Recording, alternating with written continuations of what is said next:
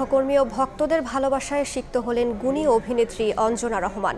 এফডিসিতে জানাজা শেষে ফুলেল শ্রদ্ধা জানানো হয় মরদেহে। আজই চিরনিদ্রায় শায়িত হবেন বনানী কবরস্থানে। এই মুহূর্তে এফডিসিতে আছেন রিপোর্টার মহিবাল হাসান, সরাসরি যাচ্ছি তার কাছে।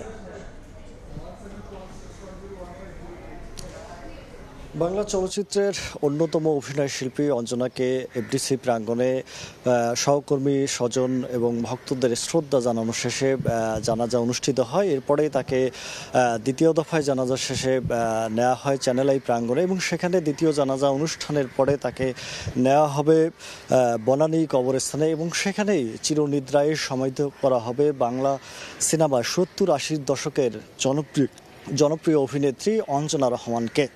এর আগে গেল 31 ডিসেম্বর রাজধানী বঙ্গবন্ধু শেখ মুজিব মেডিকেল বিশ্ববিদ্যালয়ে লাইফ সাপোর্টে রাখা হয় তাকে এবং সেখানেই শুক্রবার দিবাগত রাত 1:30টায় তিনি মৃত্যুবরণ করেন এবং এরপরে তাকে শেষবারে যে অঙ্গন থেকে তিনি প্রাণোজ্জ্বল লম্বা কেরিয়ার শুরু করেছিলেন সেই অঙ্গনে তাকে নিয়ে আসা হয় এবং সেখানে তার দীর্ঘদিনের সহকর্মী যারা ছিলেন তারা অনেকেই এসেছিলেন শ্রদ্ধা নিবেদনের জন্য। চিত্রনায়ক আলমগীর, ইলিয়াস খান সহ অনেক তারকাই তাকে শ্রদ্ধা নিবেদনের জন্য এসেছিলেন এবং আমরা দেখেছি তাদের সহকর্মীদের অশ্রুসিক্ত দুটি চোখ এবং সেই তাদের একজন প্রিয় অভিনেত্রীকে বিদায় জানানোর জন্য যে আকুতি ছিল সেটি কিন্তু আমরা দেখেছিলাম।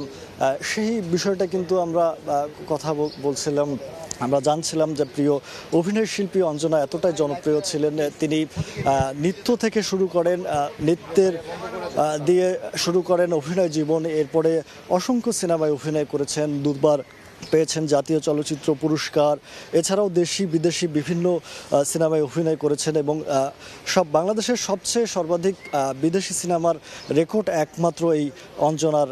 তিনি যতগুলো বিদেশি সিনেমায় অভিনয় করেছেন সবচেয়ে বেশি সংখ্যক এই তার দখলে রয়েছে এবং আমরা আরও যে তথ্য পেয়েছি তিনি যৌথ প্রযোজনার যে সিনেমাগুলোয় অভিনয় করেছেন সেই সিনেমাগুলোও কিন্তু সর্বাধিক সিনেমায় তার অভিনয় করা রয়েছে। পাশাপাশি অশিক্ষিত, নারাজ এবং এই যে সিনেমাগুলো দিয়ে তিনি আজও দর্শক হৃদয়ে জায়গা করে রয়েছেন সেটি কিন্তু আমরা প্রমাণ পেয়েছি তার এই চলে যাওয়ার ভক্ত অনুরাগীদের কাছে।